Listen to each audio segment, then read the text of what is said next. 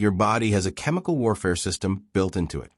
It was designed to save your life, and it is currently destroying it. One missed deadline, one passive-aggressive email, one 2 a.m. doom scroll at a time. The system is called the stress response. The weapons are hormones, and they don't know the difference between a lion and your inbox. Cortisol. Nobody warns you about cortisol. Everyone talks about stress like it's a mood. Cortisol is not a mood. Cortisol is a biological override command, a chemical signal that tells your entire body to abandon long-term survival in favor of right now. It was designed for short bursts. A predator appears. Cortisol spikes. You run. You survive. Cortisol drops. That was the deal. That was always the deal. Ancient humans had cortisol spikes that lasted minutes. You have cortisol spikes that last months. The hormone didn't evolve for that. Nothing about it was designed for that. Evolution gave you a fire extinguisher, and you decided to leave it on permanently. Here's what cortisol is actually doing inside you. It raises blood sugar to fuel the muscles. It suppresses the immune system, because fighting infection can wait if you're about to be eaten. It shuts down digestion, reproduction, and tissue repair. Every system that isn't immediately useful gets switched off. Cortisol is not stress. Cortisol is your body choosing to survive the next 5 minutes at the cost of the next 5 years. Here's the part nobody tells you. Chronically elevated cortisol physically erodes the hippocampus, the part of your brain responsible for memory and learning. It doesn't just make you forgetful. It causes measurable structural brain damage over time. It also suppresses the prefrontal cortex, which means the longer you stay stressed, the worse your decision-making becomes. Stress literally makes you less capable of solving the problems causing the stress. The system is elegant in its cruelty. Over 75% of doctor visits are linked to stress-related conditions. Most of those patients aren't in danger. They just never got the signal that the lion is gone. Adrenaline. Everyone has heard of adrenaline. Nobody actually understands what it does. They think it's excitement, a rush, a surge of energy before a big moment. That framing is polite. What adrenaline actually is a detonation. The Greeks didn't have a word for it. The Egyptians didn't either. It wasn't until 1901 that Japanese chemist Jokichi Takamine isolated it from animal glands. He found it, bottled it, and immediately understood it could restart a stopped heart. That should tell you something about what this molecule is capable of. When adrenaline, formerly called epinephrine, hits your bloodstream, it does the following in under 3 seconds. Heart rate doubles. Pupils dilate.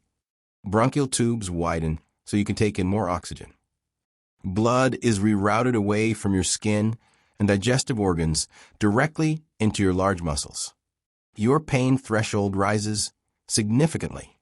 Your body just converted itself into an emergency vehicle. Here's the part nobody tells you. Adrenaline was designed for singular crisis events, and it metabolizes out of your system within minutes. But the emotional memory of the adrenaline response does not metabolize. Your brain logs it, tags it, stores it as a threat pattern, which means every time you encounter something that resembles that original trigger, a tone of voice, a certain kind of silence, a facial expression, your body launches a partial adrenaline response to something that isn't there. You are running from ghosts, and your cardiovascular system is taking the damage.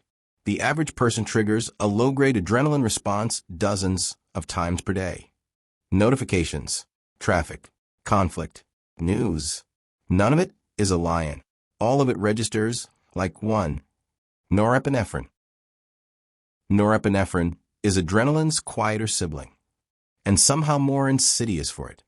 While adrenaline is the explosion, norepinephrine is the sustained burn, the long, low hum of vigilance that keeps you scanning the horizon for threats even when there are none.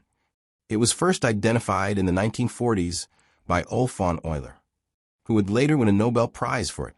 Von Euler noticed it wasn't just a hormone, it was also a neurotransmitter. It operated in the body and in the brain simultaneously. That dual role made it unlike almost anything else science had found at the time.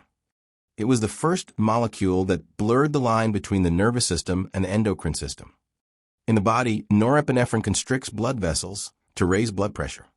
It sustains the fight-or-flight state after adrenaline's initial burst fades and keeps your attention sharply, almost painfully focused. In the brain, it's responsible for alertness, arousal, and the sensation of urgency. It is the chemical reason you can't relax. It is why you check your phone again, and again, and again. Here's the part nobody tells you. Norepinephrine dysregulation is directly linked to anxiety disorders, PTSD, ADHD, and depression. It's not just a stress chemical. It's the chemical that decides whether your threat detection system has an off switch. In people with chronic stress histories, that switch breaks. The brain learns to stay alert because, at some point, staying alert kept you safe. The problem is it doesn't stop when the danger does. Your nervous system is still guarding a door that nobody is trying to open. Low norepinephrine causes the inability to focus on the fog of burnout. High norepinephrine causes hypervigilance and the inability to feel safe. There's a narrow band in the middle where a human being is supposed to live. And modern life has made that band nearly impossible to find. Cortisol, adrenaline, norepinephrine. 3 molecules. 1 system. And that system is running inside you right now.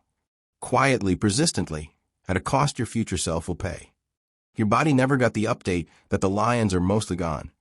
It's still running threat protocols designed for a world that no longer exists. The stress is modern. The response is ancient.